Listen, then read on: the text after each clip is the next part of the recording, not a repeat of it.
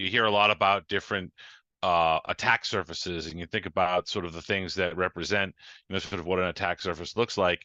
Sort of our position as a company is that the entire CI/CD process is potentially an attack surface. And, I think Jenkins is one of those things where, it can often be overlooked because it's rapidly changing, and companies have become so reliant on it that people are afraid to make changes to it. And that ultimately gets in the way of some of the best practices around security. So we're going to focus on that today. We're going to focus on, sort of what are some of the issues.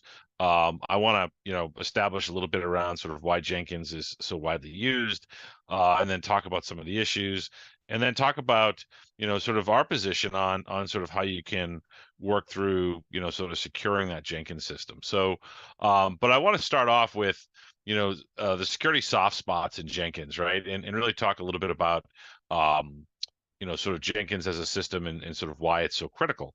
Obviously, to start with, there's a target-rich environment there, right? So Jenkins and the project itself do a good job of, sort of issuing security advisories, letting people know, sort of when there are issues, and in providing guidance, right? However, that guidance isn't always taken. The reality of the situation is that the ecosystem that's been created around Jenkins and the plugin based architecture, sort of makes it the incredibly flexible tool that it is today. And it is what makes it oftentimes the centerpiece for, sort of a software delivery process. However, all those things also lend themselves to it being, somewhat of a security issue if not properly monitored and not properly maintained. And so I thought I'd start with this just because, it's pretty clear that, these advisories come out. The project itself is aware of them. And I think it's really about us as practitioners and, to sort of better understand what are some of the simple things that we can do to make sure that, we're securing that Jenkins system. Now, I think, again, some of you may have seen this slide from me before.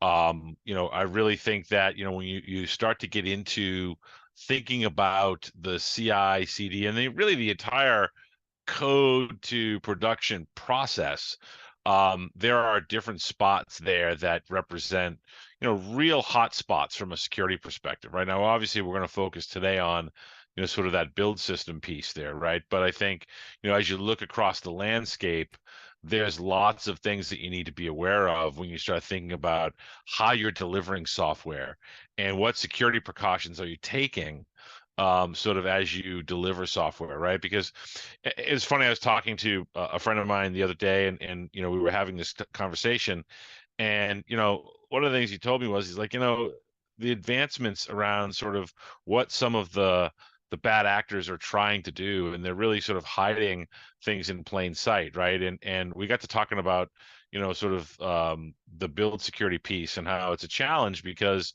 what goes into a Jenkins system and then what comes out are two very, very different things. And there's a lot of hide in plain sight areas there where, someone could slip something in if they have the necessary access, right?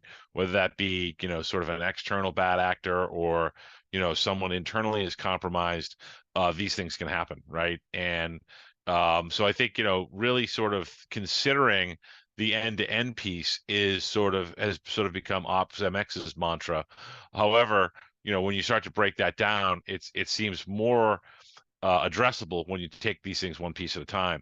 And it's funny, there's also, to sort of back that up, there was also a recent paper published around defending continuous integration and continuous delivery environments, by NIST and in conjunction with some of the other government agencies. This has become a real hotspot